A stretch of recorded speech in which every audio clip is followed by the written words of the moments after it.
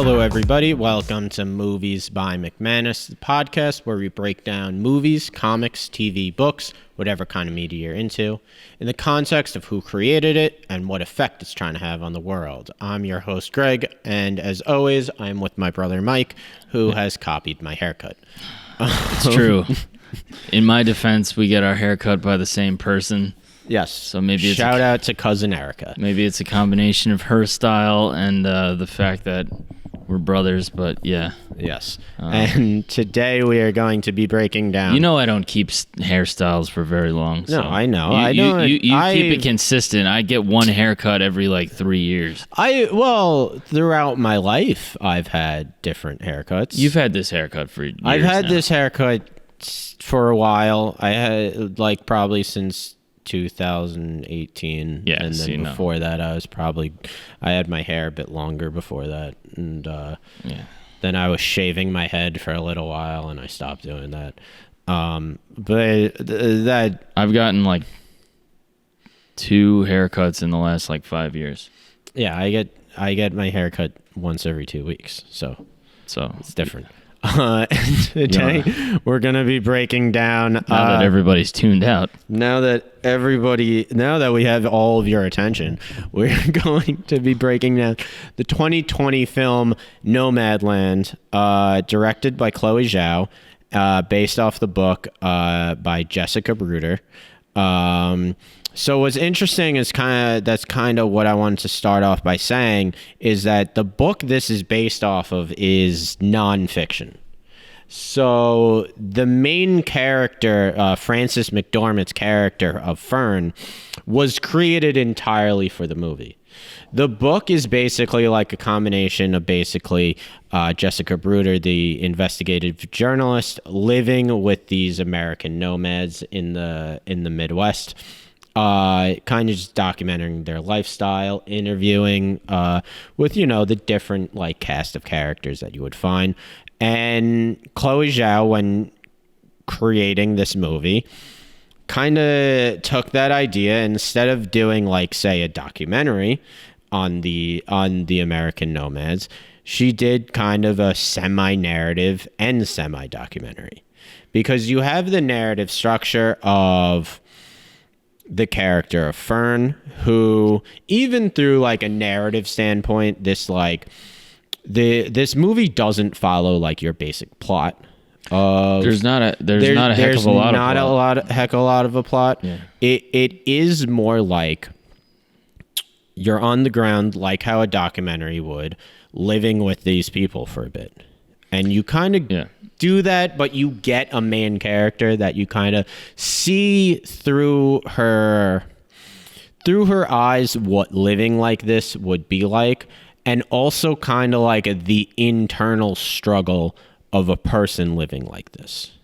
Yeah, it shows the dynamics between the family and having to have a relationship, and it's really, really well done. Like the fact that there isn't so much plot, I actually liked, because I was like, please don't try to fabricate like some kind of interwoven story into this. When I was watching this for the first time, you were specifically who I thought of just like the fact that there is so little plot, and kind of it's just like we're with this character, we're living the day in, day out of this character, and that's what the movie is about. I thought you specifically would find that very interesting, because I know specifically, and also like this movie reminded me of another filmmaker that we both like, is Harmony Korine. Exactly. And if you are listening and you're familiar with Harmony Korine, he's not about the story, he's about the characters. Harmony Korine, Spring Breakers and Beach Bum, another movie that we've done before. And this movie is very much about the characters, and it's about the lifestyle. And all the kind of characters in this movie, besides Frances McDormand, obviously, are real life van dwellers. Not the main male character. Not the main male character either. No. Frances McDormand and the other guy, they're the only two actors in this movie. The rest of them are van dwellers. And you're talking about as far as the main characters, like I'm sure his family like was actors, right? Maybe his family were. The van dwellers, when they're like Swanky, Bob Wells, obviously, they're all real life van dwellers. I mean, you say obviously, I didn't know that. But I didn't do any research. Like when we go into a movie, I specifically don't look up a bunch of information because I actually don't want to be bombarded with, obviously spoilers, but I also don't want to have like a preconceived notion about it. So I actually tend to go in the way that we've actually never talked about this, but the way the show works is he literally gives me a name and where to find it. And that's what I go into it with. Yes. And I do, kind of all the research and all the breakdown. So I had kind of looked up who the van dwellers were. I saw this movie once. I did some research about who the van dwellers were.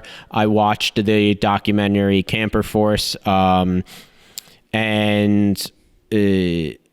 I found Bob Wells. Wait, so there is a documentary called about this? Yes. I got to check that called out. Camper Force. It's not long. It's like 20 minutes maybe. Oh. It's a short documentary. What's it on? Do you know? You could probably find it for free on YouTube. On YouTube, yeah.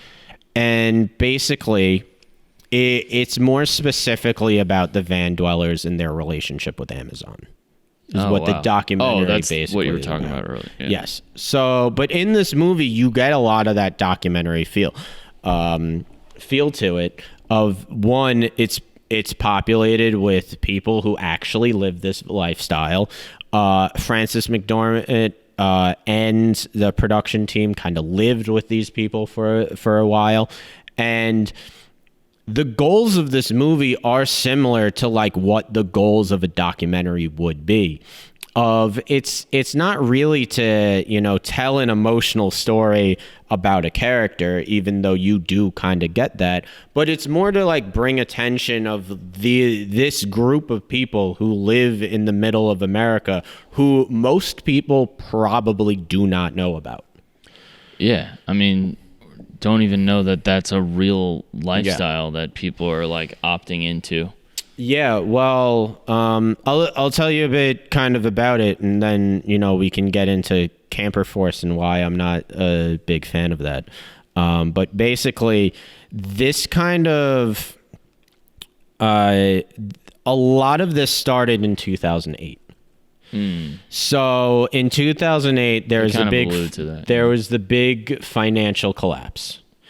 A lot of people, older people who, they had all their money invested in the stock market or in different whatever financial institutions, who now were nearing retirement or were in retirement. They had a plan of, I have all this money in the stock market that I could just slowly take out of, and that's what I can live off of. And then suddenly they wake up and all their savings are gone. Right. And in 2008, that's what happened to a lot of people in America. And on top of that, there was the major housing bubble, and a lot of them had homes that were now in foreclosure. And they kind of almost get a little bit like where it dips into not a documentary. I mean, it's not a documentary, but like where she's kind of like chiding. What's the word? She's kind of going after during that family party at the end with the like realtors. That's when it's like you can almost tell there's a little bit of the Hollywoodness going on. Exactly. It wasn't too heavy-handed, but it was also just. Well, I think for Fern specifically, they said she lived in like a company town, and then that all went over, and everyone had to find. So it wasn't specifically. Yeah. So it wasn't specifically like the 2008 financial crisis. Well, no, they do mention. Oh, yeah, but it's mentioned. Yeah, but the idea is that you lose your financial structure, and then instead of trying to, you do reinvent yourself as part of this lifestyle. Yeah, but that's kind of what happened. That's why they had this big boom in 2008 of a lot of retired Americans. They found out they had no money. They had to sell their house, or the bank was taking their house. And they just thought, well, how can I live as cheap as possible? Right. If I have enough money, if I do have enough money, I can buy an RV or I can buy a van. If I'm constantly moving, I don't have a rent bill or an electric bill or anything like that. And the goal was kind of just survival at first. Right. And that's where the character Bob Wells, who I talked about a lot on his breakdown, he appears in his movie. Bob Wells, he didn't become a van dweller in 2008. He became a van dweller in 2005. He was more about like the freedom of the road and everything. Did his son really die? Yes. Wow. That's kind of what caused him to become to go into this van dwelling lifestyle of, he wanted the freedom. He didn't want to be tied down to one place. So he started in 2005, and kind of in 2008 when this came up, he became like this van dwelling guru, basically, of like, I've been doing this for a few years. If you are trying to live on the road as cheaply as possible, I can teach you the best ways to do it. And, you see that in the movie of he kind of has his following, and he has, people who are basically, here's how you survive on the road. And he has a YouTube channel, which I checked out, which was pretty cool, of cheap RV living, where he's basically like tricks and how you get along with living by yourself and being as self-sufficiently as possible. Yeah, that's the thing that I took away. It was like, it's not easy. No. Like, it's kind of brutal. It is brutal, and that's his philosophy of Bob Wells, which watching interviews and watching like this movie, like I found a big respect for this guy, because he has a philosophy and he's 100% into it of, life is a trade-off between comfort and freedom. And the van dwellers, very little comfort, as much freedom as you want. The rest of the world, you're comfortable, very little freedom. Yeah. I guess. I don't know. To me, I don't know how free that sounds. I suppose. You know what I mean? I get the argument, but like, what's free about being like getting your car like fucking kicked in at 3 a.m. by someone who's telling you can't stay there, and then that's also true. But I guess that's why you got to learn like the tricks and the trades of living on the road and stuff, right? He does, and he kind of also. In interviews, he's more about just like freedom of the road and stuff. In the movie, he kind of gives this speech of like he's trying to save people from society. Of like, we've kind of been trapped by the US dollar. We've kind of created this world out of comfort, basically, and we've been trapped in it. And he's like, the Titanic is sinking, and I'm trying to get as many people in the life rafts as possible. It's true what you're saying of like how free really is that. These people are not free. I'm sorry. Like, you're having to call. Frances McDormand's character is clearly at least in her 50s. Yeah. And you're having to call relatives asking for $2,500 and you're, in some bumfuck town and your shit is broken down. You're at a mechanic, and like, if that's freedom to you, God bless. I don't know, man. Well, which is exactly why, like, I don't necessarily agree with Bob Wells, but like, I respect the hell out of the fact that he believes something so much, like he's willing to go 100%. Dude, I've seen these people, like previous bands that I've been in, we would tour, not like how they are living, like where you're literally on the road, but we would spend some time on the road traveling in vans, and you would play these places. And, whether it's like a bar and you see these people, or at a festival, we did a lot of festivals where there were camping RVs at. Yeah. And like some people, you can tell it's like they have it decked out. I'm not talking about like a fucking tour bus. I'm talking about like, you could tell this is someone's fucking home. Yeah. A lot of traveling musicians especially live like that. 100%. Yeah, but even there's like that subculture where there's people that they're not even necessarily the performers. They're more like, when we go to a camping ground and play at this festival, and there'd be people that are just like, and they know each other. Yeah. Like they see each other at different events. So that's also kind of what I wanted to talk about, of just like there was that huge wave in 2008 of like, mostly it was like retired or nearing retirement who now all their savings were depleted. And the idea of like freedom of the road, like they did it because they had no other option, because it was either that or you live on the street, because all their money was basically stolen from them, and they had no other option. So like the freedom of the road thing kind of came as like an unintended result. It was out of desperation. It was they had nowhere to go and they had to take an RV out. Do they know how many, like, what numbers are we talking about as far as like how many people did that? I'm not exactly sure how many numbers. I mean, it has to be in the thousands, I'd say. If it's big enough that there are a couple documentaries about them, it has to be in the thousands. Yeah, I mean, I wonder where. What I was saying was basically that was kind of like the 2008 wave, and then after that, a lot of these van dwellers, they'll say like for the first 3 years it was pretty much exclusively like older people, retirees, and then younger people started coming in. And when the younger people started coming in, it wasn't really out of desperation. It was because of this lifestyle. Yeah, of course. It was because of the living in the van. Those crusty, like, white, like, dreadhead people. Exactly. And you see that in the movie. No, that's what I'm referencing. And you're just like, God, once those people show up, the fucking party's over, folks. I know, but Get the fuck out of Dodge. That's the younger generation that came into it. Can I bum a cigarette? You want to fucking do acid? I have no money. Want to listen to I wrote this like mixtape, but like, it's really about a philosophy of like how to revisit society from like the standpoint of, it's just no. No. I can't. That was... My blood pressure started going up when I saw those white dreadlocks. I'm like, oh, God. If you watch, like, interviews with these people, they clearly are annoyed of that younger generation because they're like, I'm doing this because I have to. The older people are like, I'm doing this because I had no other option. And when you talk about, like, these people are not free, it's like, culture vultures. Well, the older people, they know that.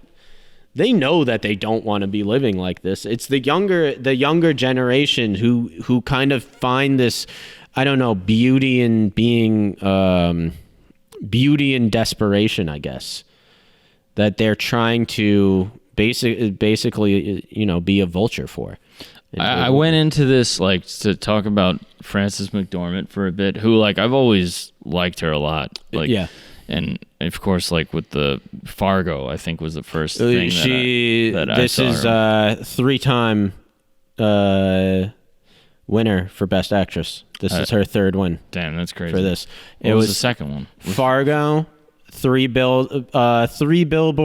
Outside. And that wasn't that long ago.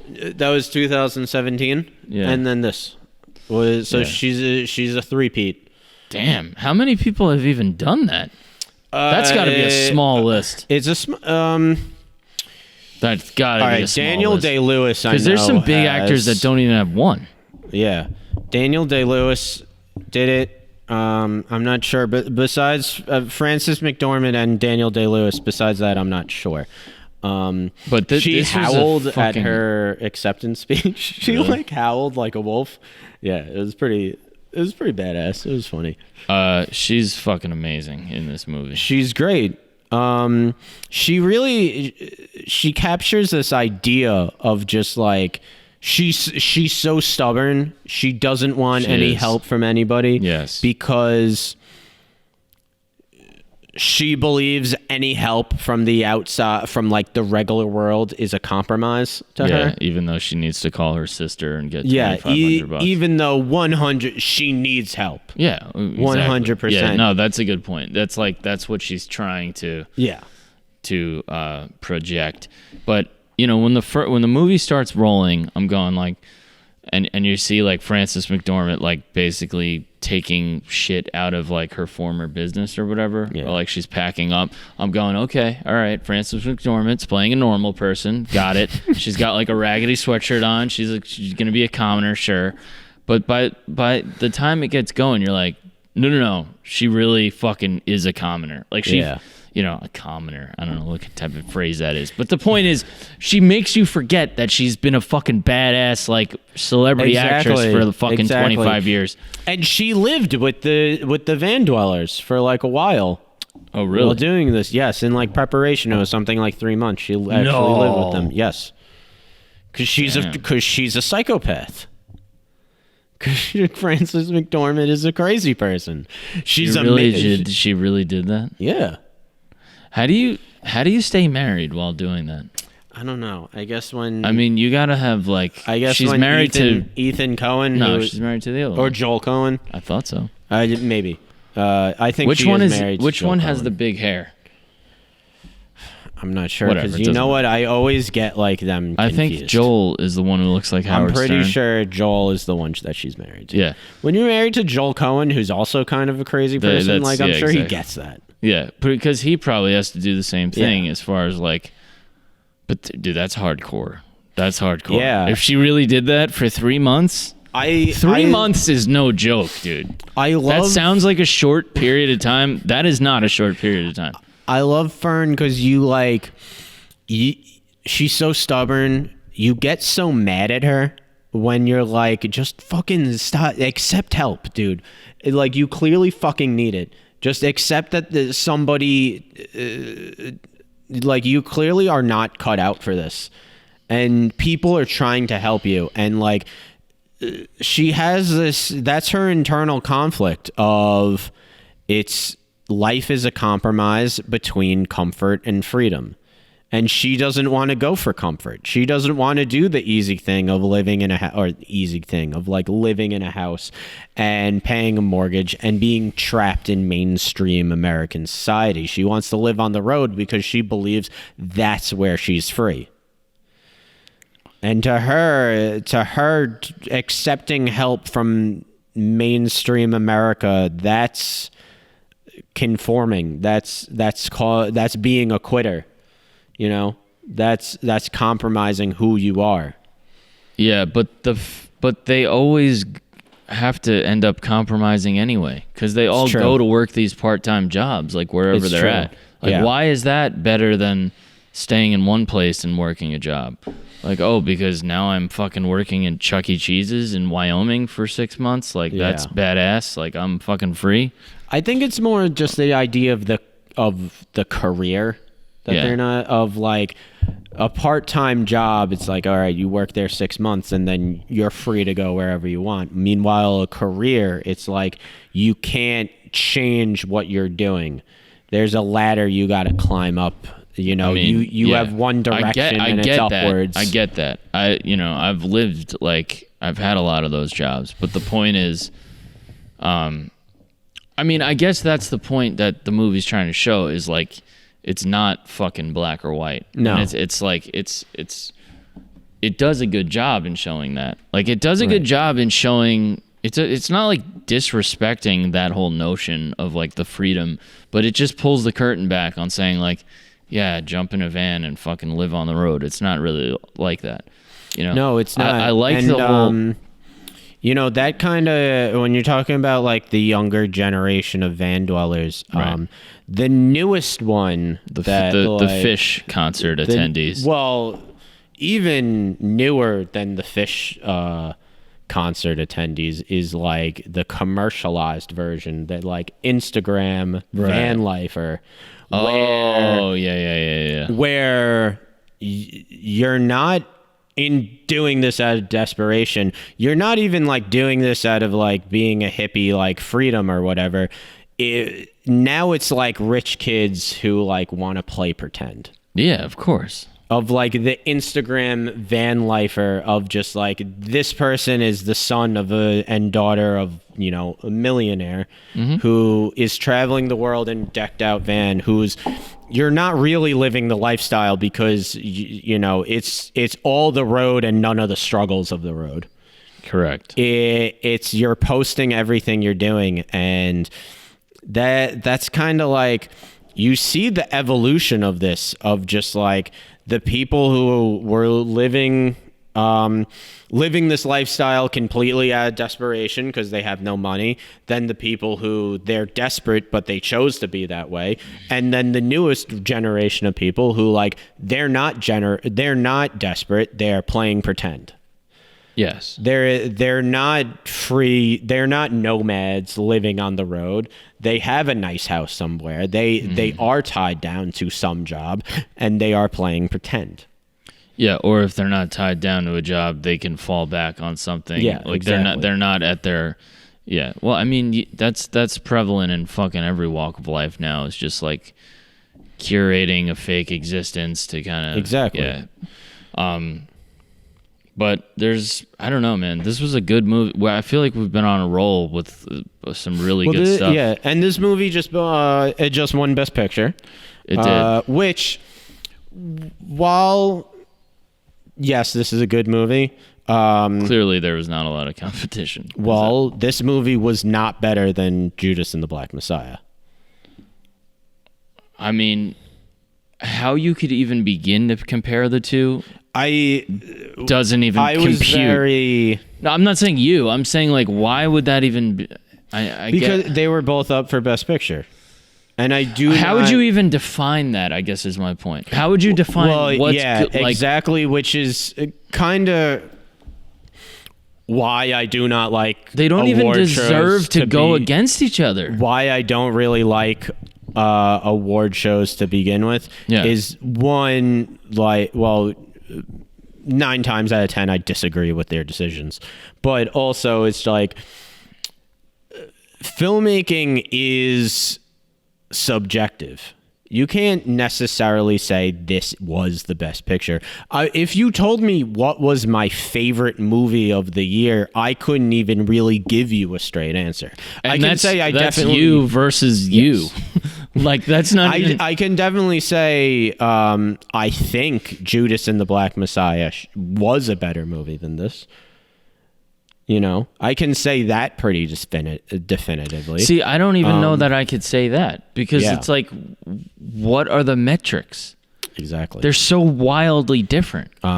Also, it's just like the Oscars now, it's so much of whose ass you kiss. So break down how that shit all gets determined. All right. So basically... And why you say it's about whose ass you kiss. Just break down for people that aren't. So the people who vote on Best Picture, Best Actress, or Best Director, right? A lot of the times you just can't... those categories, or no, all categories. A lot of the times, you can't like give them gifts. You can't, because that would be like a bribe. But what you can do is you can send them like screeners. Because if you have a movie, you have your movie on DVD, you're allowed to send it to whoever. And there's no rule of what you send along with your movie. So if you send your movie along with like a gift basket that has a bunch of expensive stuff in it to someone, they're going to vote for your movie over someone who didn't. Get the fuck out of here. Yes, that happens. It's called screeners, and you're allowed to like send a gift basket with your screener. Oh my God. So what'll people put in there? Like a check for like $500? I mean, I don't know if it's that bad, but I'm sure they're getting like Rolexes, expensive shit. I don't know specifically what people put in these gift baskets, but I know that was something that was that wasn't done for a while until kind of Harvey Weinstein came into the picture, which is why a lot of people for years, even before the huge scandal with Weinstein, a lot of people were saying he ruined the Oscars, specifically because he started doing that, and then everybody started doing that, and then it's kind of like, okay, well, it's not really about how good your movie is, it's how good the campaign for your movie was. Well, yeah, I mean, it's kind of like that in music too. Exactly. Like, it's not necessarily about the record should be good, but if you don't work the record, no one's going to hear it. Yeah. And exactly. that's for everybody. Like, so it's like, any big artist that you think of, you can't imagine what's going into like the campaign. Even if it looks like there's no campaign, there's a campaign. Yeah. Like even when it's like, oh, surprise album, or like they just post like my album's coming out Friday. They've been working on that for like 6 months leading up to that moment. Things about this is actually the first year that I didn't watch the Oscars. Like I looked at like up highlights on YouTube the next day, but so Chloe Zhao won for Best Director, which is awesome. She's not only the first Asian woman to be nominated, but the first Asian woman to win. She's from Beijing, and when this movie Nomadland got popular, it was very much like hyped up by the Chinese government of saying like, that's weird. That never happens with like films. It was hyped up by the Chinese government of like, because it was like a kind of a national pride. But I guess they didn't really research who Chloe Zhao was. I was going to say, did they do a Chinese cut? Don't they do different cuts for China? I'll get to that. Okay. They didn't research who she was. Yeah, because they kind of built it as like, this is great pride for our country, and then they found out that like she's actually very critical of the Chinese government and has like said some things like calling them all liars and things like that. And after they found out, they banned any mention of Nomadland on the internet. There were supposed to be a screening in like a couple of theaters, and they canceled all of them. And basically like banned any... So if she goes to China, she'll just be disappeared? Not anymore, because now she won, and now she's going to direct an upcoming Marvel movie, Eternals. Which will be big in China. So now, because of that, they're doing a limited release. Okay, this is what's so stupid. So because first they were hyping it up, then they were like shushing any mention of it, and now that she's winning and doing Marvel stuff, they're like, all right, well, we'll let you back in. Well, I'm not gonna get into fucking China, but okay, so she just won. She just did Nomadland. So the geniuses of Hollywood say, let's get her to do Marvel. That's exactly what happens. I know, but why? Like, how long are we going to do this? Why can't she just go do it the next cool fucking movie? Why do they just want to keep pumping out the same bullshit? Don't you want to like start making cool movies again, or is it just about the goddamn money? I think it's the money. Or, I mean, obviously it's the money, but like... she did this really cool movie. She's going on to do a Marvel movie so that she could do the next big movie. No one's going to keep backing... What do you mean? No one's going to keep financially backing you if you keep coming out with Nomadland. If you keep You just won a fucking Oscar. Yes, I know. But if you keep coming up with these small budget movies that are not making as much money as the big budget Hollywood stuff... people are going to stop investing in you. No one wants to keep investing in an indie darling for their entire careers. Well, they want someone who's also going to be doing big budget stuff. Right, but how much money must... So obviously Nomadland was profitable. Yeah. It couldn't have cost that much money to make. Profitable. I mean, it was made by Fox Searchlight, which is owned by Disney, and then released on Hulu, which is also owned by Disney. So I don't know what their kind of... I don't know what theater-wise they really did. Well, probably maybe a limited release. Wait, we've probably talked about this, but can you do... Yes. could do theater and Hulu? Yes, you can. What are the rules? The theater has to be first, obviously. No, I think you can do it at the same time. I don't know if there are rules. It could be streaming on Hulu, and you could go see it in the theater too at the same time. Yes. Okay, I didn't know that. Yeah, you could do that. There's no like rules for what has to be in theater. If a theater agrees to show it, then they'll show it. Okay. You know. All right. The Irishman was still playing in theaters when it was in it was Netflix. That was a very specific thing because I remember most like releases, like if they're well known or they're going for Oscar buzz, they'll have it streaming and they'll also do it in theaters. Because there are also some people who will still go to the theater to see it, even if it's on streaming. Yeah. You can still make some money off it. I don't know what Nomadland grossed. I don't know specifically. How much money does it cost to... But I do know that, like, if you're not eventually willing to go for those big budget jobs, then people will stop investing in you. You know, I get that from her perspective. That's what Francis Ford Coppola said, was I make one for them and I make one for me.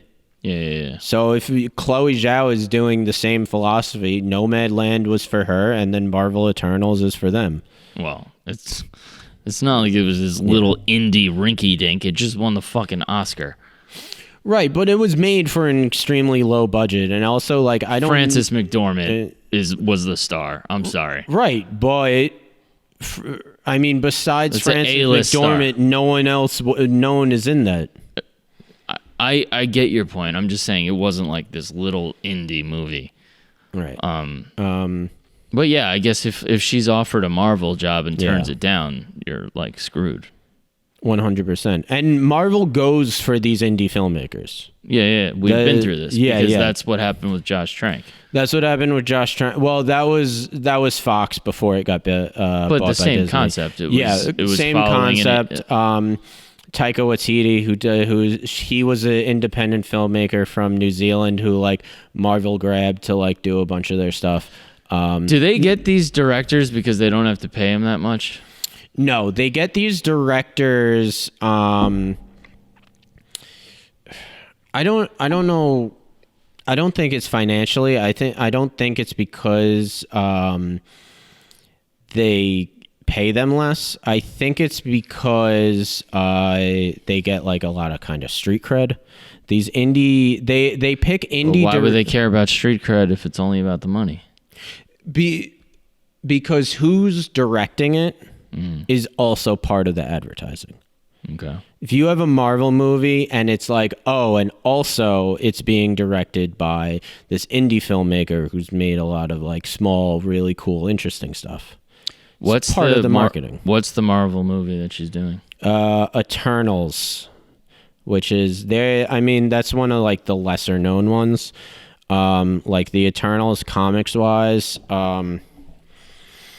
they're kind of like these weird, like, cosmic gods, and they're, like, in comics they're very lesser known. But with Marvel now, they could take any of their properties and turn it into $1 billion movie. That's so crazy.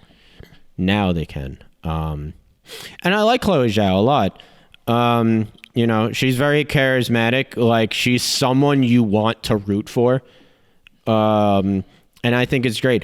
And I think her specifically, who the director is, goes a lot with marketing, especially when it's someone like Chloe Zhao, who, like, she's funny, she's charismatic, she's an immigrant, she's someone you want to root for. It was the exact same thing with kind of Bong Joon-ho, who directed Parasite, where when you watch this guy, he's a guy you want to root for.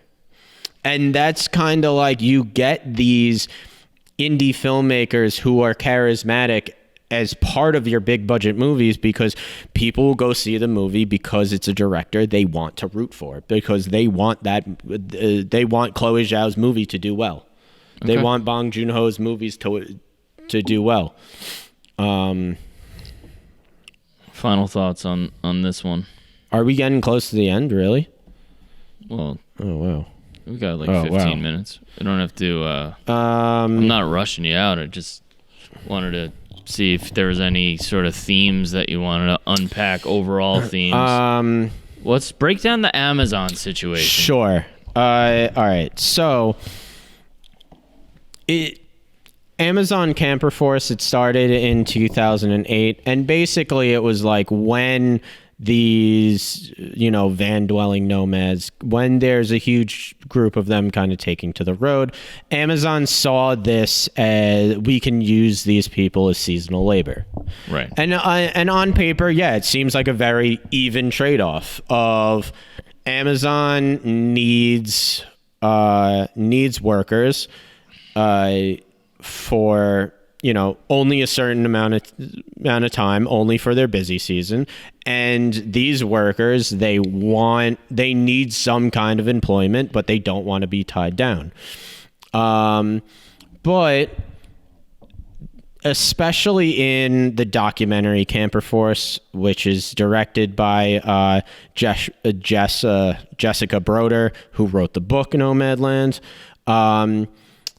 A lot of the van dwellers who have worked this Camper Force program are very resentful of it because they say, what a surprise. They say, Amazon basically came to me when I was at my most desperate. Right. And it was an extremely hard job that broke my body. These people are old. They're full retirement. And right. It was an extremely grueling job that broke my body, that paid me very little, and I could not say no, and Amazon knew I couldn't say no. Right. And one guy was saying, like, throughout the entire day, he would walk an average of like 17 miles. It was 10 hours a day, all on his feet. The people in their 50s and 60s. And he said people would get hit on the head and be injured. And what do you mean hit on the head? Or like there'd be some injury, some work-related injury, like something would fall, hit them, they would fall or something or whatever, and they would have to finish their shift. Even if you were injured, you would have to finish your shift. And he was saying Amazon exploited this new group of people who had no other option, and Amazon saw them as cheap labor. Right. And that's what I was saying. If you want to, it's been around for so long that if you want to make the argument of like, well, you're choosing to live on the van, you're choosing to live in different spots, and Amazon is offering you just part-time work. You don't want a regular career and Amazon is offering you this. I guess you can make the argument of like, this is kind of part of the lifestyle you chose. But there's also the argument of Amazon is $1 billion company who can pay their workers more and who can pay who can pay for more workers, so that the people who you are employing are not destroying their bodies. Well, yeah, I mean, that's the argument you're seeing now with all the signs that people think they're being cute with, like, sorry, we're closed, nobody wants to work anymore. No one wants to work for minimum wage anymore. Right. That's what happened. And these fucking balls, I'm getting onto it. Let's go. These fucking Republicans who keep saying you can't force the minimum wage to go up. The minimum wage has to go up naturally. What has to happen is that... What does that even mean? They go, this is fucking Ben Shapiro, fucking stupid ass.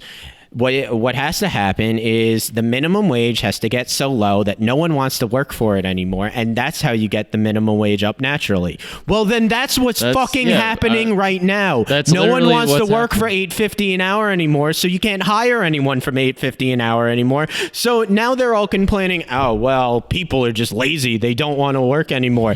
You were making what you said would fucking happen did happen, so why the fuck are you mad? You also, not for nothing, Ben Shapiro has no cock. I mean, that's just a fact. Which, if you don't have a cock, that's fine. But in his case, fuck Ben Shapiro. This is what I'm trying to say. All right.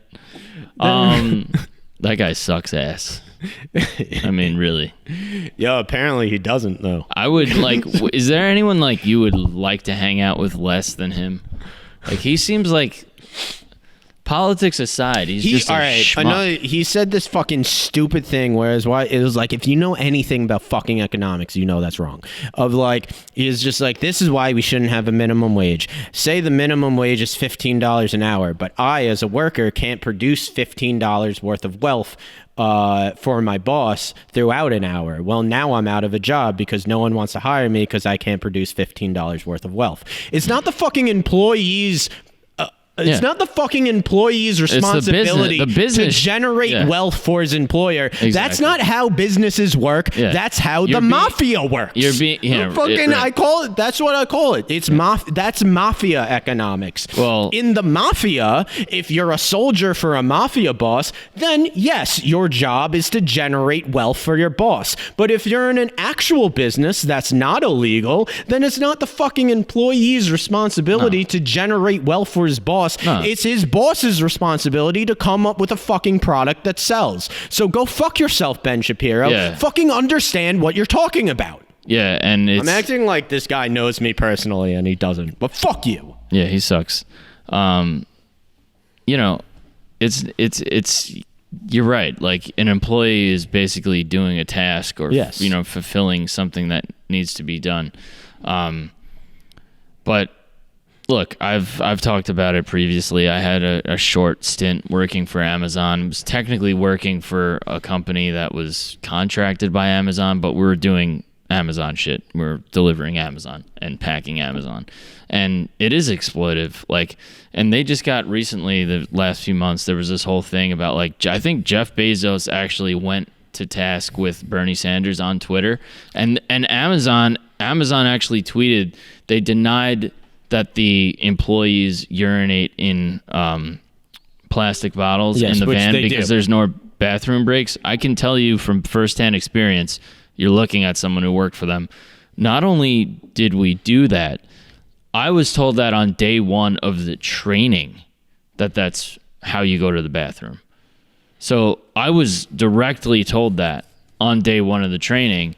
And everyone, when you go in, to the vans are used every day. It's not the same people using the vans every day. So most times you'll find bottles strewn about. Sometimes there's a phone charger left in. Sometimes someone's, sunglasses or a bag of chips or something. They don't get all the way cleaned out, but there's bottles strewn about. So Amazon actually had the gall to tweet that was incorrect. That was a bold-faced lie that they told. Did you see there's one tweet that was a joke of just Bill Gates and Jeff Bezos had to get divorced once they realized that marriage was a union? That's a good joke. All right. Holy shit. All right. Movies by McManus. Nomadland. Movies by McManus. I only mentioned the mafia once this time. That's that's a low point. I don't know where he's going with this, but okay. Well, yeah, all right, whatever. I mentioned, but normally I mention the mafia more than once. Yeah, well, listen. If we could all just kind of take care of one another, I think that would be a good concept. Yeah. But for whatever reason, that seems to be a problem. It sounds pretty straightforward to rational-minded people. Oh, hey, what if you just didn't suck? What if you just were nice? Really basic concepts that are just, I don't know. I guess they don't work for the capitalist regimes. This has been Movies by McManus. Nomadland 2020. Chloe Zhao, first Asian woman to win Best Director. Fuck yeah, she's great. She's Ben Shapiro, no cock. Ben Shapiro, no clock. Sans cock. Frances McDormand, 3-time winner, Best Actress. Just a whole bunch of greatness. Shout out to Frances McDormand. Shout out to Frances. She's a real one. She is the real one. She's been the real one. She's the real one? She's one of them. She's up there.